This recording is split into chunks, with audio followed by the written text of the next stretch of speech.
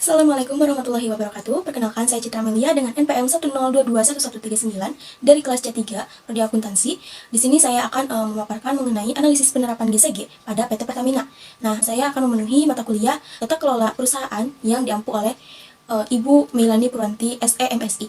Langsung saja, di sini ada profil perusahaan. Nama perusahaan yaitu PT Pertamina atau Persero. Jenis perusahaannya yaitu perseroan terbatas BUMN atau Badan Usaha Milik Negara.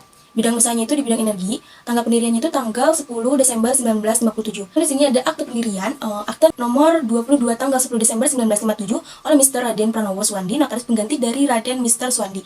Nah, akte perubahan terakhirnya itu akte pernyataan keputusan pemegang saham, perubahan anggaran dasar Perusahaan Perseroan Terbatas atau PT Pertamina nomor 10 tanggal 12 November 2020 oleh Notaris Aulia Taufani SH berdasarkan surat keputusan Menteri Hukum dan Hak Asasi Manusia nomor AHU-AH.0.04182770 tahun 2020 tanggal 11 Desember 2020 tentang persetujuan perubahan anggaran dasar perseroan terbatas Perusahaan Perseroan PT Pertamina. Selanjutnya ini ada visi, misi, dan tujuan pada perusahaan. Nah, visi PT Pertamina ini yaitu menjadi perusahaan energi nasional kelas dunia gitu.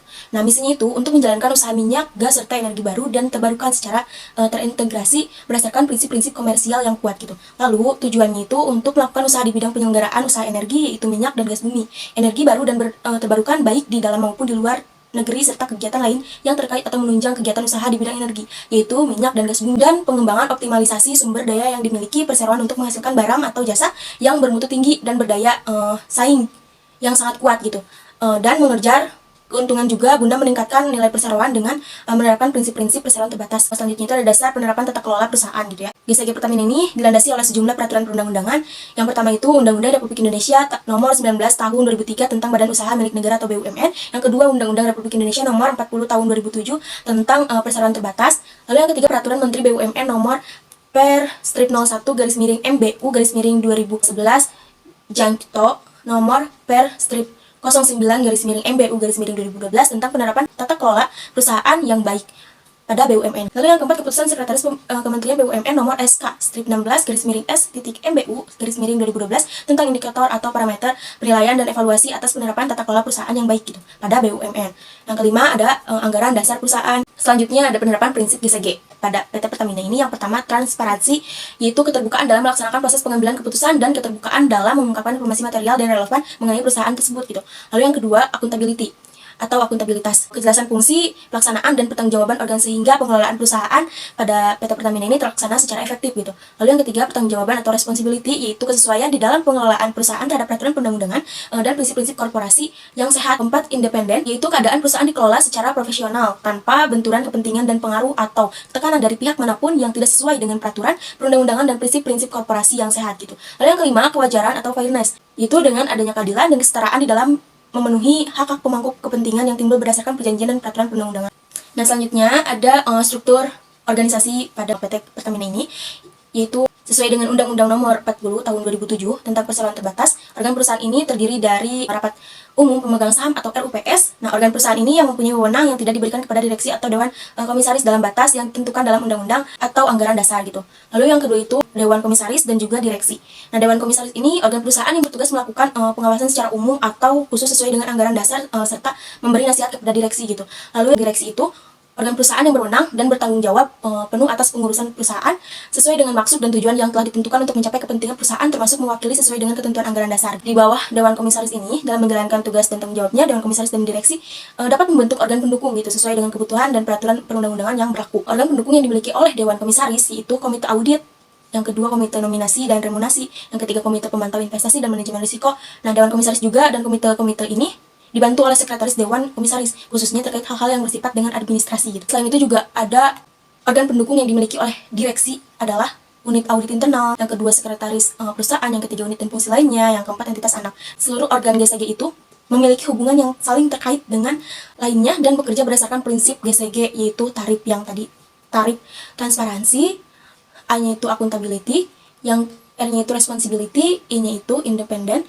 F-nya itu fairness. Selanjutnya ada hasil penerapan tata kelola perusahaan pada PT Pertamina, yaitu penerapan prinsip GCG juga dapat memberikan perlindungan atas aset perseroan dan kemampuan perseroan dalam menghadapi risiko, di samping peningkatan profitabilitas secara berkesinambungan.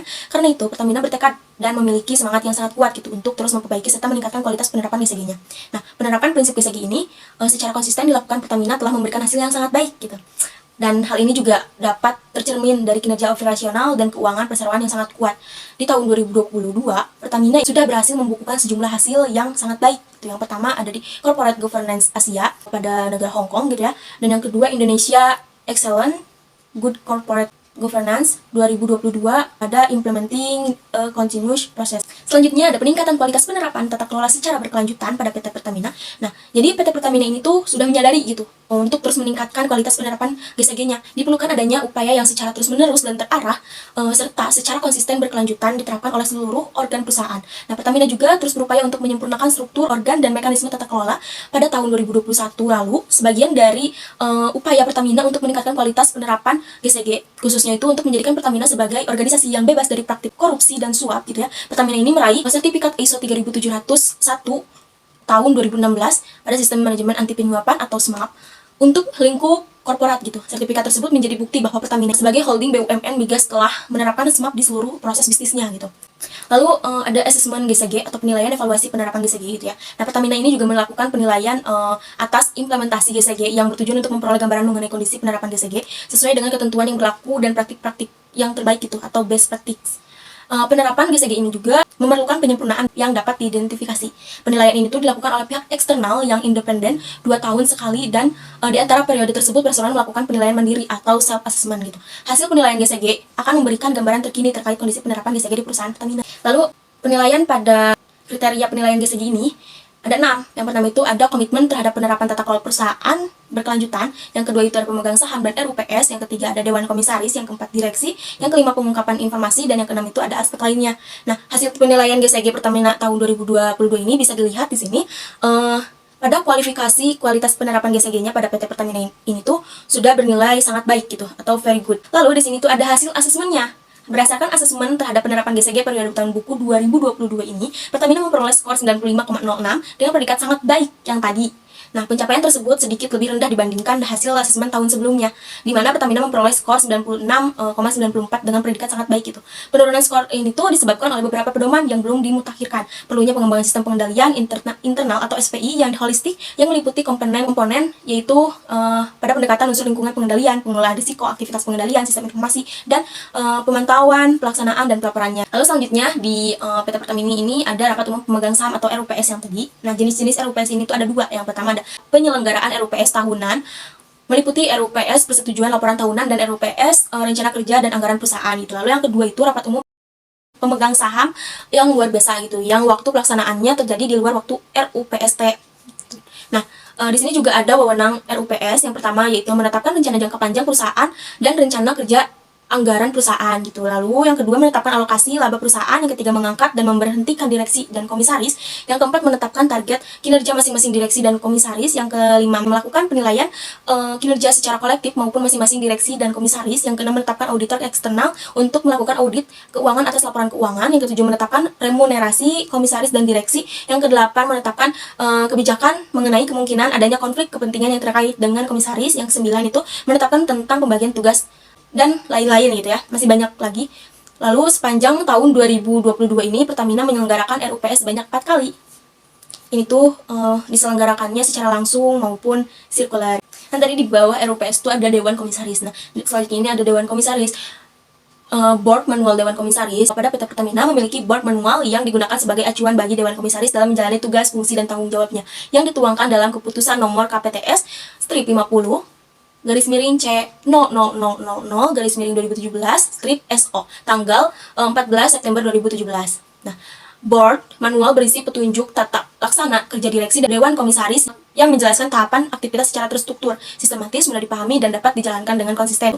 Lalu ada komposisi anggota Dewan Komisaris berdasarkan Peraturan Menteri BUMN nomor P01 garis miring MBU garis miring 2011 tanggal 1 Agustus 2011 tentang penerapan tata kelola perusahaan yang baik pada BUMN dan board manual sesuai dengan anggaran dasar dan board manualnya. Anggota Dewan Komisaris Pertamina sekurang-kurangnya berjumlah 1 orang. Masa jabatannya itu ditetapkan pada 5 tahun tanpa mengurangi hak RUPS untuk melakukan pergantian gitu. Anggota Dewan Komisaris dapat diangkat kembali untuk 1 kali masa jabatan. Nah, tugas dan tanggung jawab Dewan Komisaris yaitu melakukan pengawasan terhadap kebijakan pengurusan, jalannya pengurusan pada umumnya baik mengenai perseroan maupun usaha perseroan yang dilakukan oleh direksi, serta memberikan nasihat kepada direksi untuk kepentingan perseroan dan sesuai dengan maksud dan tujuan perseroan. Nah, di bawah RUPS juga ada direksi. Board manual direksi ini pada PT Pertamina ini memiliki pedoman kerja atau board manual direksi yang digunakan sebagai pedoman umum bagi anggota direksi dalam menjalankan fungsi dan peran jabatannya sebagai pengemban amanat sesuai dengan anggaran dasar dan peraturan perundang-undangan yang berlaku. Pedoman tersebut disahkan dan diterbitkan berdasarkan keputusan Direktur Utama nomor KPTS strip 50 garis miring C 0000 garis miring 2017 strip SO tanggal 14 September 2017 gitu. Lalu di sini tuh ada komposisi anggota direksi. Nah, komposisi anggota direksi pada PT Pertamina ini diangkat dan diberhentikan oleh RUPS. Langsung, sesuai dengan anggaran dasar dan board manual, anggota direksi Pertamina sekurang-kurangnya berjumlah 6 orang. Nah, masa jabatan anggota direksi ditetapkan 5 tahun tanpa mengurangi hak RUPS untuk melakukan pergantian. Anggota direksi juga dapat diangkat kembali 1 kali masa jabatan. Pada tahun 2020 juga anggota direksi Pertamina ini berjumlah 6, di mana 4 diantaranya itu merupakan komisaris independen gitu. Lalu ada tugas dan tanggung jawab direksi. Yang pertama itu memimpin dan mengurus perseroan dengan kebijakan yang dipandang baik dan sesuai dengan maksud dan tujuan perseroan yang diatur dalam anggaran dasar, dan yang kedua memelihara dan mengurus kekayaan perseroan. Selanjutnya ada penilaian kinerja komite di bawah Dewan Komisaris gitu. Nah, dalam menjalankan tugas dan tanggung jawabnya, Dewan Komisaris ini tuh dibantu oleh komite di bawah Dewan Komisaris, yaitu yang tadi komite audit, komite nominasi dan remunerasi, komite pemantau investasi dan manajemen risiko. Dewan Komisaris mengevaluasi kinerja komite-komite tersebut secara berkala setiap triwulan gitu. Ada beberapa indikator kinerja yang ditetapkan Dewan Komisaris anggota komite. Ada 4 aspek, yaitu finansial, yang kedua customer, yang ketiga business process excellence, yang keempat learning dan grow. Selanjutnya di sini ada komite-komite Dewan Komisaris, yaitu yang pertama tadi komite audit. Nah, Pertamina ini telah menyusun piagam komite audit yang menjadi acuan bagi anggota komite audit dalam menjalankan tugas dan tanggung jawabnya untuk mendukung kegiatan Dewan Komisaris gitu. Nah, piagam telah ditandatangani dan disetujui oleh seluruh anggota Dewan Komisaris pada tanggal 17 Maret 2021 dan dapat disesuaikan dengan perkembangan atau perubahan peraturan perundang-undangan yang berlaku di kemudian hari gitu. Jumlah anggota komite audit Pertamina juga sekurang-kurangnya berjumlah 1 orang dan diketuai oleh komisaris independen. Nah, anggota komite audit ini harus memiliki integritas yang baik gitu, profesional, dan mempunyai pengetahuan serta pengalaman kerja yang cukup di bidang keuangan atau akuntansi teknis dan pengawasan atau pemeriksaan gitu. Masa jabatan anggota ini yang berasal dari unsur Dewan Komisaris melekat pada jabatan Dewan Komisaris, sedangkan masa jabatan anggota komite audit yang bukan anggota Dewan Komisaris adalah 3 tahun dan dapat diangkat kembali untuk 1 periode berikutnya. Lalu selanjutnya itu ada komite nominasi dan remunerasi. PT Pertamina ini telah menyusun piagam komite nominasi dan remunerasinya yang menjadi acuan bagi anggota komite nominasi dan remunerasi ini dalam menjalankan tugas dan tanggung jawabnya untuk mendukung kegiatan Dewan Komisaris. Piagam ini telah ditandatangani dan disetujui oleh seluruh anggota Dewan Komisaris pada tanggal 6 Mei 2020 dan dapat disesuaikan dengan perkembangan atau perubahan peraturan perundang-undangan yang berlaku di kemudian hari gitu ya. Nah, komite nominasi dan remunerasi paling sedikit beranggotakan 1 orang dan diketuai oleh komisaris utama atau komisaris independen gitu ya. Nah, masa jabatan anggota komite nominasi dan remunerasi yang merupakan anggota Dewan Komisaris ini pada PT Pertamina melekat pada jabatan Dewan Komisaris, sedangkan masa jabatan anggota komite nominasi dan remunerasi yang bukan merupakan anggota Dewan Komisaris adalah mengacu pada ketentuan perundang-undangan yang berlaku. Terus selanjutnya di sini ada komite pemantau investasi dan manajemen risiko gitu ya. Pada PT Pertamina ini telah menyusun piagam komite pemantau investasi dan manajemen risiko yang menjadi acuan bagi anggota komite pemantau investasi dan manajemen risiko ini dalam menjalankan tugas dan tanggung jawab untuk mendukung kegiatan Dewan Komisaris. Piagam telah ditandatangani dan disetujui oleh seluruh anggota Dewan Komisaris pada tanggal 19 Juli 2021 dan dapat disesuaikan dengan perkembangan atau perubahan peraturan perundang-undangan yang berlaku di kemudian hari. Nah, komite ini paling sedikit beranggotakan 1 orang dan diketahui oleh komisaris Pertamina. Masa jabatan anggota komite pemantau investasi dan manajemen risiko yang merupakan anggota Dewan Komisaris Pertamina melekat pada jabatan Dewan Komisaris, sedangkan masa jabatan anggota pemantau investasi dan manajemen risiko yang bukan merupakan anggota Dewan Komisaris adalah mengacu pada ketentuan perundang-undangan yang berlaku. Terus selanjutnya ada internal audit gitu ya. Internal audit ini dibentuk dengan tujuan memberikan pendapat profesional, independen, dan objektif kepada Direktur Utama terhadap aktivitas dan operasi Pertamina dengan meningkatkan fungsi pengendalian yang terintegrasi untuk memastikan bahwa kegiatan operasional sudah berjalan dengan baik sehingga dapat meningkatkan nilai tambah bagi Pertamina. Nah, fungsi internal ini memiliki piagam internal audit yang disusun merujuk kepada International Professional Practice Framework atau IPPF yang ditetapkan oleh The Institute of Internal Audit. Piagam internal audit PT Pertamina atau Persero telah direview dan diperbarui pada tanggal 6 April 2022 dan ditandatangani oleh Chief Audit Eksekutif, Direktur Utama, dan Komisaris Utama PT Pertamina. Lalu selanjutnya ada sistem pengendalian internal gitu. Pada PT Pertamina ini menerapkan sistem pengendalian internal untuk membantu manajemen meningkatkan kepatuhan perusahaan terhadap ketentuan dan peraturan perundang-undangan yang berlaku. untuk menjamin ketersediaannya laporan keuangan dan laporan manajemen yang benar, lengkap, dan tepat waktu dan memenuhi efisiensi juga efektivitas dari kegiatan usaha perusahaan gitu. Sistem pengendalian internal ini terdiri atas beberapa unsur. Yang pertama, lingkungan pengendalian, dua, penilaian risiko, ketiga, kegiatan pengendalian, keempat, informasi dan komunikasi, lalu yang kelima itu pemantauan pengendalian internal. Selanjutnya itu ada manajemen risiko gitu ya. Pada PT Pertamina berupaya menerapkan manajemen risiko terintegrasi untuk memastikan pencapaian visi dan misi perseroan. Kebijakan ini ditetapkan untuk mewujudkan tata kelola perusahaan yang baik gitu dan memastikan pencapaian nilai bagi stakeholder. Nah, ada dasar hukum pengelolaan risiko di Pertamina. Yang pertama itu Peraturan Menteri Negara BUMN nomor PR 01 garis miring MBU garis miring 2011 khususnya pasal 25 mengenai pemenuhan kewajiban melaksanakan manajemen risiko. Yang kedua ada Peraturan Menteri Negara BUMN nomor PR strip 5 garis miring MBU garis miring 09 garis miring 2022 tentang penerapan manajemen risiko pada BUMN.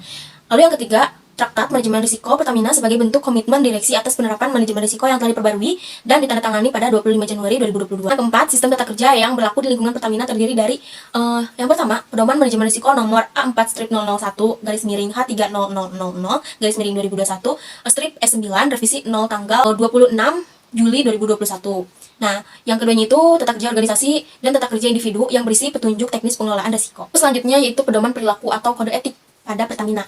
Nah, PT Pertamina ini telah menyusun pedoman perilaku atau yang disebut juga Code of Conduct atau COC sebagai bentuk komitmen dari etika bisnis serta sebagai landasan perilaku usaha. Seluruh insan Pertamina harus menjadikan kode etik ini menjadi dasar sikap, perilaku, dan tindakan dalam melakukan interaksi hubungan bisnis maupun hubungan kerja dengan menerapkan prinsip-prinsip dasar yang ada pada visi, misi, dan nilai-nilai utama perseroan. Juga memperhatikan kepatuhan pada peraturan internal dan eksternal yang berlaku gitu. Nah, secara garis besarnya isi COC Pertamina ini mengatur pada yang pertama, insan Pertamina yaitu direksi, dewan komisaris, pekerja waktu tertentu, pekerja waktu tidak tertentu, dan tenaga kerja jasa penunjang yang bekerja di lingkungan Pertamina. Yang kedua, pihak eksternal yang bertindak untuk dan atas nama Pertamina. Yang ketiga, anak perusahaan dan struktur perusahaan di bawahnya yaitu badan hukum atau usaha lain yang dikendalikan oleh Pertamina, baik secara langsung maupun tidak langsung, dan yang keempat itu mitra kerja yang bekerja sama dengan Pertamina. Lalu selanjutnya ada CSR atau Corporate Social Responsibility. Nah, di sini tuh ada tata kelola tanggung jawab sosial dan lingkungan. Nah, sebagai perusahaan yang menyandang status BUMN, Pertamina juga mengikuti arahan dari Kementerian BUMN sebagai pemegang saham untuk melaksanakan program tanggung jawab sosial dan lingkungan atau TJSL sebagaimana diatur dalam Peraturan Menteri BUMN per strip 05 garis miring MBU garis miring 04 garis miring 2021 pada tanggal 8 April 2021 tentang program tanggung jawab sosial dan lingkungan badan usaha milik negara dan Peraturan Menteri Negara BUMN nomor per strip 02 garis miring MBU garis miring 04 garis miring 2020 tentang program kemitraan dan program bina lingkungan badan usaha milik negara. Selanjutnya ada tanggung jawab terhadap lingkungan hidup atau environmental responsibility gitu ya. Nah, sebagai perusahaan yang bergerak di industri yang berkaitan dengan sumber daya alam, nah Pertamina juga sangat menyadari bahwa kegiatan usahanya ini dapat memberikan dampak yang negatif gitu terhadap lingkungan hidupnya. Nah, pekerjaan penambangan dapat mengakibatkan terjadinya perubahan tentang alam yang jika tidak ditangani dengan baik, maka akan memberikan efek yang negatif terhadap lingkungan. Nah, Pertamina juga memiliki komitmen yang kuat dalam menjaga kelestarian lingkungannya dan melakukan berbagai upaya untuk meminimalkan dampak negatif dari operasinya terhadap lingkungan. Ada beberapa kegiatan yang dilakukan Pertamina dalam pelestarian lingkungan, yaitu yang pertama pengelolaan limbah, yang kedua dalam program penghijauan, yang ketiga reforestasi dan reklamasi lahan terdegradasi, yang keempat pemantauan kualitas udara, air, dan tanahnya juga, yang kelima konservasi satwa liar, yang keenam pengurangan emisi gas rumah kaca. Baik, sekian pemaparan dari saya. Mohon maaf bila ada kesalahan. Semoga bermanfaat dan semoga bisa dipahami. Terima kasih. Wassalamualaikum warahmatullahi wabarakatuh.